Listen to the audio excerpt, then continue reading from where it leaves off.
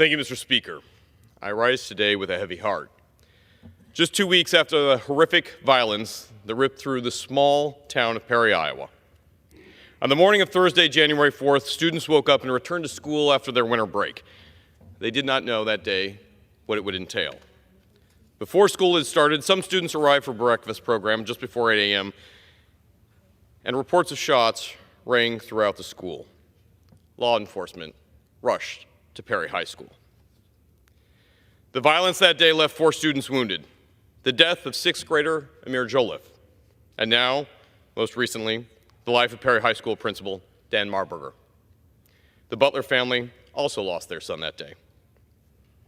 And like many Iowans, when I first heard the news, I was angry. No parent, no child, no teacher should ever have to wonder if it's safe to be able to go to school. We have a duty, a sacred oath, to protect our children, our families, and our educators. And no family, no parent should ever have to feel the pain that Amir's mother, Erica, felt that day when she learned that her 11-year-old son, Mr. Smiley, had been shot and killed simply for going to school. Amir was an incredible kid. His mother shares that he loved soccer, played the tuba, and sang in the choir. And most importantly, that day, he got up excited to go back to school because he wanted to see his friends and his teachers. This past weekend, this horrible attack claimed another life. Principal Dan Marburger. The multiple injuries Dan sustained were a result of his truly heroic effort to save his students. Dan was a loving father, a grandfather, a husband, a son, and most recently, a great educator. He worked in the Perry School District since 1995. But when Dan heard of the danger happening in his school, when others fled, when he could have run to save his immediate staff, he swarmed towards the danger. And there is no doubt that his actions saved lives. Perhaps no one could share the story of Principal Marburger better than his own daughter, Claire, who said, "As many of you know, Dad is a gentle giant, an amazing dad, just an amazing person. And when I heard of a gunman, I instantly had a feeling my dad would be a victim, as he would put himself in harm's way for the benefit of kids and his staff.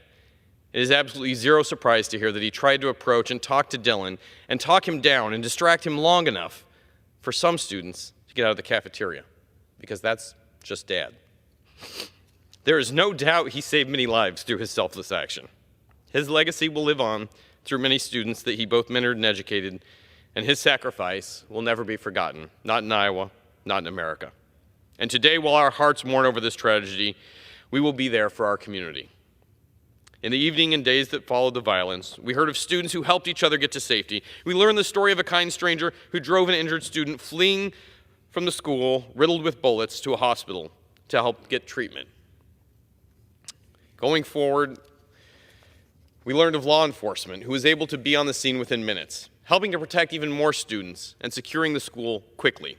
We learned of doctors, nurses, and medical professionals, and an incredible life flight crew who landed on the Perry High School football field to shuttle those casualties and those wounded to trauma centers across the state from this rural community, and all who worked tirelessly to help those who were injured. And we heard the stories at vigils and community gatherings in the days that followed the shooting. So as we continue to move forward, now is the time for healing. A time to ensure that our communities are safe, our kids feel confident to return to class, and that families and educators know that Iowa has their backs. We all have a responsibility to ensure safety for our students, and that begins with mental health, preventing youth suicide, hardening our schools, and ensuring our law enforcement and our schools are prepared to respond when these violent acts occur. And together, we have led on this, but there is more work to be done. From this tragedy, there are lessons learned. These life-saving actions that took place at Perry High School must be shared across the country. And I ask all of my colleagues to join with me in learning from this horrible event so that we can save lives into the future. These are hard days ahead of us, and much work remains to be done, but we will get through this together. Because today, Mr. Speaker, we are all Perry strong. Thank you, Mr. Speaker, and I yield back. The chair recognizes the gentleman from Oregon, Mr. Blumenauer, for 5 minutes.